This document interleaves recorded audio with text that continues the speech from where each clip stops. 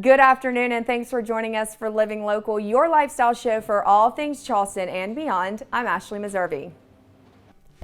It's Medical Monday at East Cooper Medical Center, and today we're sitting down with a Lowcountry orthopedic surgeon to learn about non-surgical treatment options for those suffering from a wide range of knee, hip, and joint problems. Medical Monday, sponsored by East Cooper Medical Center. Joining us today, we have Dr. Schutte, and today we're talking about treatment options for a wide range of issues. Of course, you deal a lot with joints and hips and knees. Right. So let's talk about kind of like basic treatment options for some of those ailments. Well, people come in with pain. Sometimes, most of the time, they probably don't really know the cause of the pain. And the cause of joint pain or leg or arm, shoulder pain, hip or knee pain can be any number of things. It may not be just one specific thing.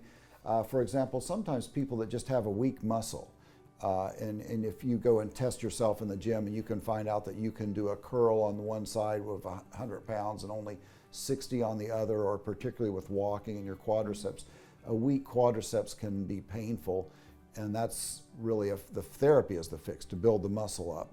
Other times you have an actual lesion in the bone or the cartilage in which the only option is surgical. Sometimes the problem is inflammation. And so we look at things that decrease inflammation, whether it's the medicines that you can take, the oral anti-inflammatories, it's things like Aleve, Advil.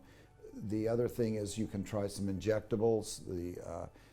If some people, if they have a tendonitis, for example, a platelet-rich plasma may be a help. Steroid injections. Some people have a mild arthritis and they come in for injections twice a year. Once before their summer trip and once again in the fall before their holidays. Wow. And so by stretching out the injections, they last longer, and they just may either not be a candidate for surgery or for some reason may not want it, may not have arthritis that's severe enough. But it's really our job to figure out, is the source of the pain actually where you feel it, or is it what's called referred pain? Because the nerves travel the distance from your hip to your knee, and from your neck to your shoulder. You can feel pain entirely in your shoulder, and the problem could be your neck. You could feel it always in your knee, but the problem could be in your hip. You wouldn't want to get surgery on the wrong place. Exactly. Or a surgery that you really didn't even need. A lot of times people this day and age are worried about, painkillers and Sure. Taking all this medicine. But I think the approach that you take is, you spend a lot of time with these patients and to try to understand, and that's kind of how you come up with a game plan, right? Well, and I think, as everybody knows, there's a big increase in the interest in not prescribing opioids and some of the heavier narcotics, which really aren't good for patients. The problems are real and they're legitimate. So anything that you can do that decreases the pain without the stronger medicine, even the non-steroidals we've talked about before, can cause real problems. If you get an acute GI bleed from long-term use of non-steroidals, Motrin, Aleve, Advil, any of those, that can be fatal. Up to 20,000 people die a year in the U.S. from abuse of non-steroidals. So some of the simpler things, cushioned shoes even can make a big difference, the right orthotics. Weight loss for stretching is a great one. For every pound you lose, it's 5 pounds of stress less across your knee or your hip. So it's a hard thing to do. It's easy for us to say, well, you need to lose 20 pounds when, sometimes we struggle to lose 5 pounds ourselves. Seriously. But if people can do, and you take that 5 times factor, so if somebody loses 20 pounds, that's 100 pounds less stress off their knee or hip, which can make a dramatic difference without any of the risks or complications of either the medicines or the surgery. So are you finding that you see a lot of patients from all walks of life and all age range, right? We do.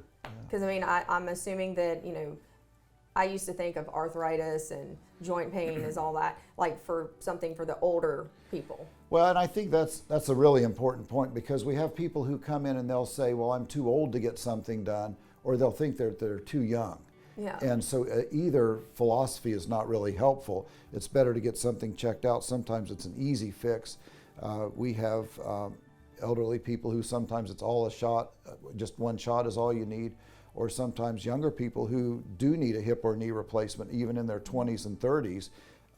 One week recently, we had a gentleman in his 30s and an elderly lady in their 90s that had their hips replaced, and we Wow. got an interesting picture together. But the benefit is the same for both, and I think people tend to forget that the lifespans are so long. If you live to be 70, for example, the statistics show you have a fairly high, almost 50% chance of living to be 100.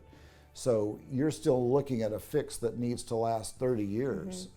And I think that a lot of times people just think that that's just part of life. They just have Right. to live in pain, you Right, know, right. kind of get over it, right? Sure.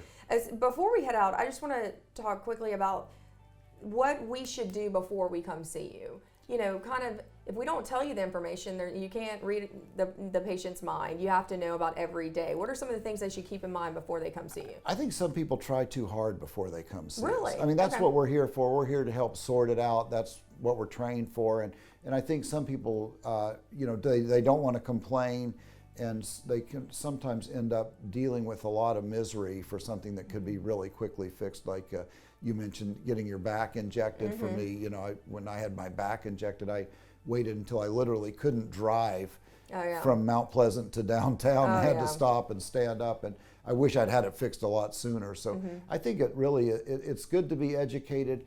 It's important to know that what you read on the internet is not always science. Even from the implant companies, the drug companies, they're there to sell a product.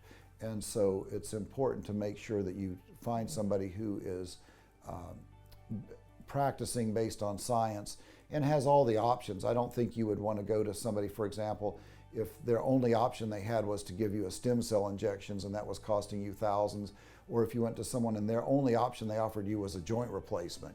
You may not need one or the other, or you might need one or the other. So I think it's really helpful to go to a place that has a comprehensive care program where they are more arrows in their quiver, so to speak. Exactly, and y'all focus a lot on that when it comes to East Cooper, latest technology, but also focusing on the entire patient, and Right. spending time with them, and you have a lot of support here, correct? We do. They've given us an awesome team, all the right tools and all the right people. I love to hear that. Well, thank you so much for Sure. having us. Thank you. And for more information, head online to eastcoopermedctr.com.